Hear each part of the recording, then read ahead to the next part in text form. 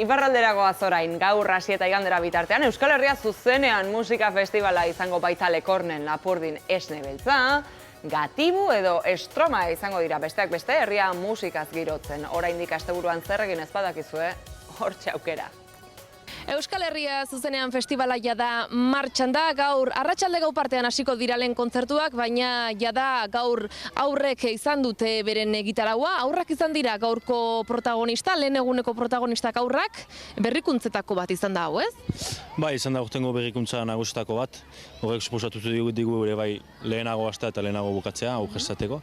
Eta gu supozik, lau egun aurre bildu dira gaur, zaituzta hainbat tailer eta bai festivala ezagutzeko, baita festivalen hainbat praktika ezagutzeko, beraz, oso positiboa guretzat. Beno, esaten genuen gaur arratsalde gau partean hasiko direla kontzertuak, zenbat laguntzaile edo ibilizarete egun hauetan, jada bi astez, ez, egontzarete hau dena muntatzen? Zenbat hasiera eta bukaera arte, emendatuz doa pixkanaka, guztira azken egunetan 60-70 pertsona egon gire hemen.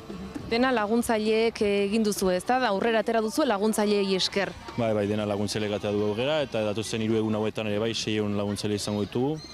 Esan genezake ere, bai, kontzertuak badutela garrantzia, baina kontzertu ez gain, hitzaldiek ere badutela, nik uste protagonismo handienetakoa ere, ez?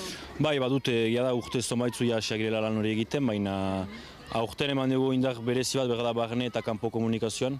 Azkenean, konferentzietan uztartzen delako edo garatzen delako zergatik egiten dugu festivalaz. Loretsu luxua da horrelako festival batean, horrelako tokia izatea, ez? Kasu honetan, adibidez liburutegi bat antolatzeko, ez? Bai, gune hori oso polita da eta egokia pixka bat askatzeko eta egiteko nahi ginuen gune gozo bat eta pentsatzeko gune bat eta lasaitzeko gune bat. Festival honen, esan genezake oinarria edo, badela hori ez, hausnarketa eta gogoetarako parada ere izatea, ez? Bai, beti hola izan da, baina gero hori landu dugu azken urteetan azkartzeko. Ez da gaueko festivala bakarrik, egunean zehar ere hemen ekitaldi asko izaten dira. Bai, ekitaldi asko izaten dira, larun bat osoa bete-betea da. Eta igandean familia gara eguna gehiago, zikiroa eta 1000 aktibitate egoten dira. Zenbat eszenatoki izango ditugu, zenbat kanpin jartzeko tokia dago? Kampingak nahi bezain bat, beraz jendea etortzen aldu nahi duenean. Eszenatokiak nagusi azpian, beste bat ere bai azpian. Hemen 3. eta gero izango dira, dependitzen du zeren arabera dantza edo txaranga edo bertso emanaldiak baldin badira.